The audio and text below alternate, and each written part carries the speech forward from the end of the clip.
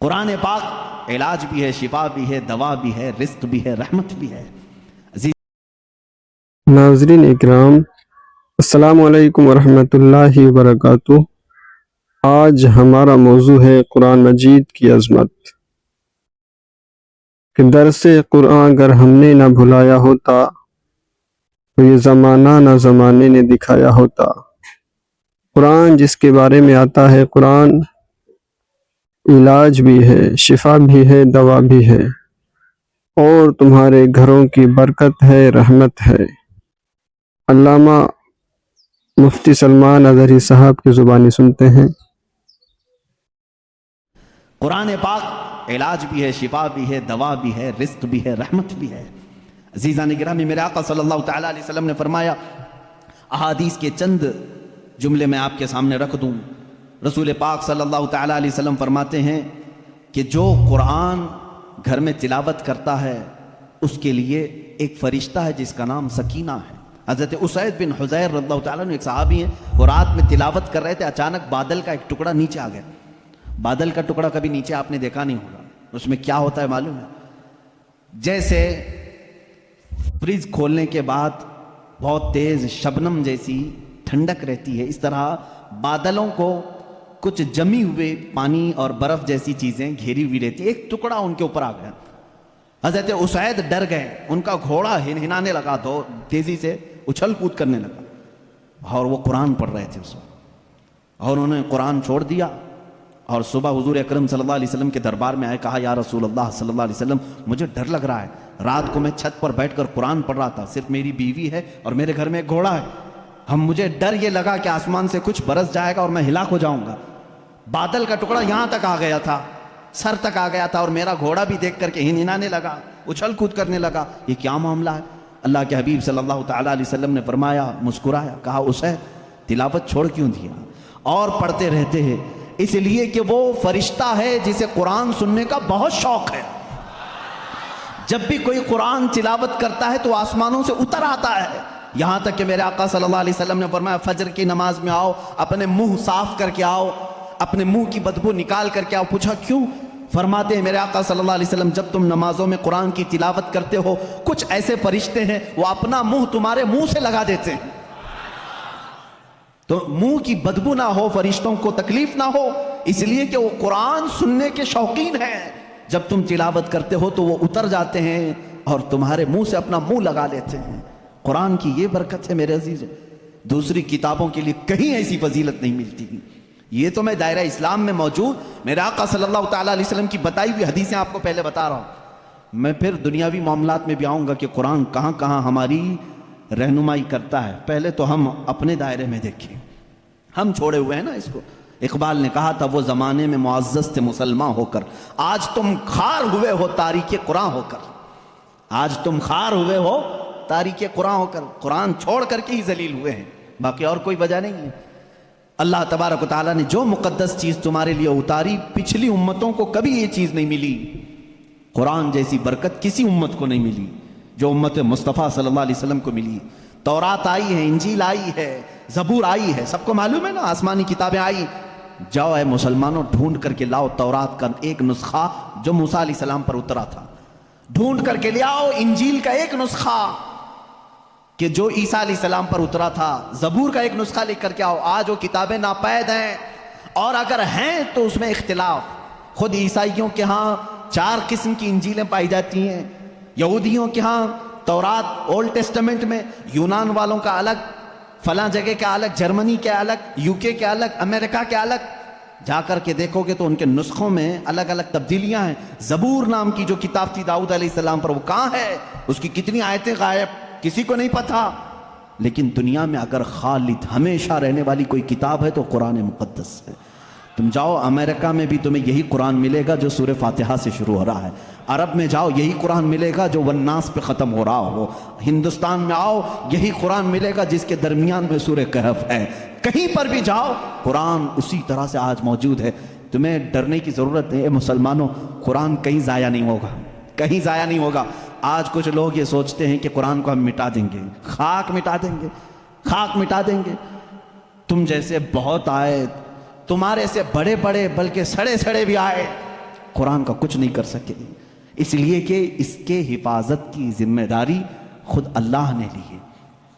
कुरान में खुद फरमाता है, इन्ना नहनु नज़्ज़लना ज़िक्र व इन्ना लहु लहाफ़िज़ून, हमने ही कुरान को उतारा है और हम ही इसकी हिफाजत करने वाले हैं।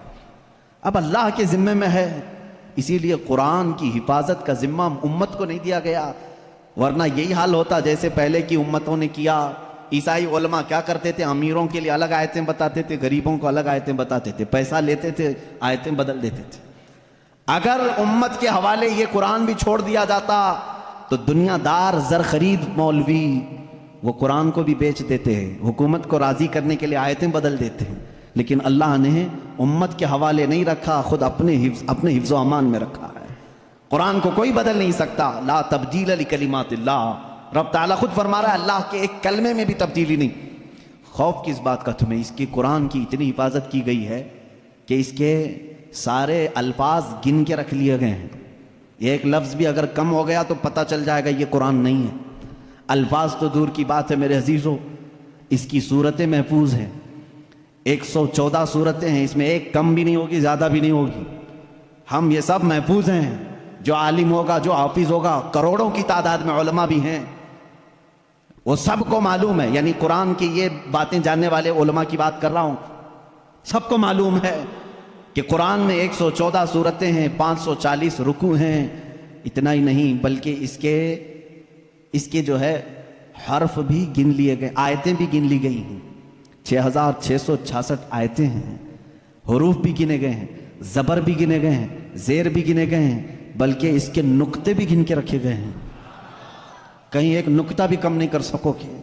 इस कुरान की इतनी जो हिफाजत है, आज मैं आपको बताऊं, कभी किसी नॉन मुस्लिम के पास जाओ और अगर वो तुमसे ये सवाल करे तो मुसलमान है, इस्लाम ही सच्चा धर्म है, क्या तुम्हारे पास प्रूफ है इस चीज़ का?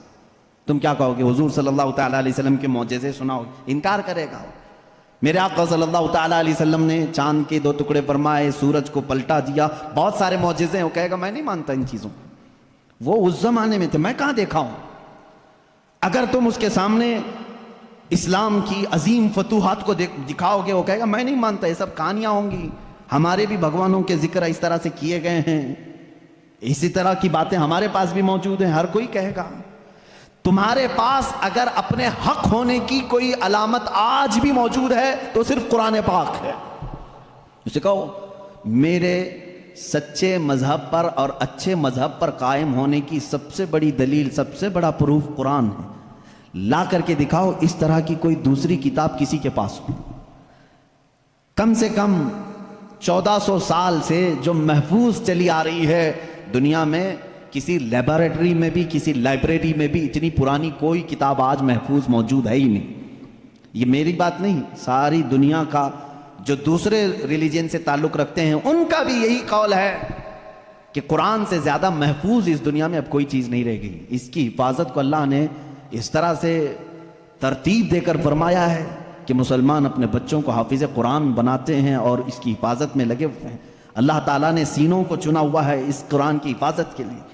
खैर मेरे अजीज़ों, अहादीस करीमा में यह है, हुजूर अकरम सल्लल्लाहु तआला अलैहि वसल्लम फरमाते हैं क़यामत के दिन एक बंदा आएगा जो कुरान तिलावत करता था, इसके हिसाब की बारी आएगी तो रब ताला इससे फरमाएगा इक़राइल कुरान वरतक़ी वरत्तिल, ए बंदे कुरान यहाँ पर भी पढ़ जैसे दुनिया में पढ़ता था, जैसे तो कुरान पढ़ता था यहाँ पर भी पढ़, और जब तक वो पढ़ता रहेगा रब तबारक ताला फरमाता वरतक़ी वरत्तिल, एक आयत पढ़ एक दर्जा ऊपर, दूसरी आयत पढ़ दूसरा दर्जा ऊपर, तीसरी आयत पढ़ तीसरा दर्जा ऊपर। जन्नत में वो दर्जे तय करता जाता रहेगा, जहां जाकर के वो कुरान की तिलावत खत्म करेगा कहा जाएगा यही तेरा दर्जा है। मेरे आका सल्लल्लाहु तआला अलैहि वसल्लम से पूछा गया कि क्या ये कुरान जब तक वो तिलावत करता रहेगा उसके दर्जे बुलंद होते रहेंगे? हुजूर अकरम सल्लल्लाहु अलैहि वसल्लम की हदीस में, हाँ मैंने जन्नत में देखा है कुरान की तिलावत करने वालों से ऊपर किसी का दर्जा आया ही नहीं, क्योंकि ये तिलावत करते करते, क्योंकि जो कुछ भी जन्नत हासिल करने का ऑप्शन है ना वो दुनिया में ही तो है। तुम इतनी नमाजें पढ़ो तो ये जन्नत है, इतने रोजे रखो तो ये जन्नत का दरवाज़ा तुम्हारे लिए, हज करो तो ये जन्नत का दरवाज़ा तुम्हारे लिए, सारे ऑप्शन जन्नत हासिल करने के दुनिया में है। ये दारुल अमल है, मरने के बाद अमल खत्म हो जाएगा, लेकिन क़यामत में सिर्फ एक अमल है जिसको फिर रब ताला रिपीट करवाएगा।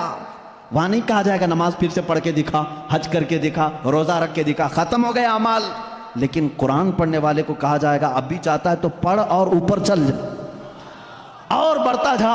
तो जिसको कुरान आता होगा वो पढ़ता जाएगा और दर्जे तय करता जाएगा। ये फजीलतें मेरे आका सल्लल्लाहु ताला अलैहि वसल्लम ने सुनाई, और ये जो हदीसें मैं जिक्र कर रहा हूँ मुत्तफ़क़ अलैह और सही अहादीस आपके सामने जिक्र कर रहा हूँ। यहाँ तक के हुजूर अकरम सल्लल्लाहु ताला अलैहि वसल्लम की एक हदीस है, क़यामत के दिन वो बच्चे जिन्होंने कुरान को अपने सीने में रखा था वो बुलाए जाएंगे, अल्लाह का कलाम याद किया, तो जब वो आएंगे तो रब तबारक व तआला उन बच्चों को बाद में फरमाएगा इनके वालिदैन के सर पर पहले ताज रखा जाए।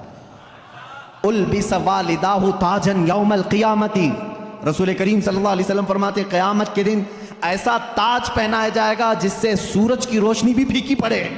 अहले महशर पूछेंगे ये क्या नबी हैं, ये सिद्दीक हैं, ये कौन है? तो फरिश्ते कहेंगे ना ये नबी हैं, ना सिद्दीक हैं, ना शुहदा हैं, बल्कि सिर्फ एक हाफिज कुरान के माँ बाप हैं, सिर्फ एक हाफिज कुरान के माँ बाप हैं। जब माँ बाप को ताज पहनाया जा रहा है तो जिसके सीने में कुरान था उसको क्या किया जाएगा?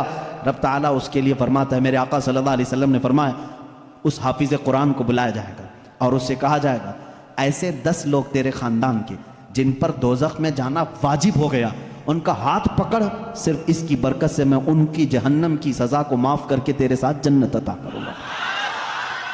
उसकी सिफारिश कबूल की जाएगी।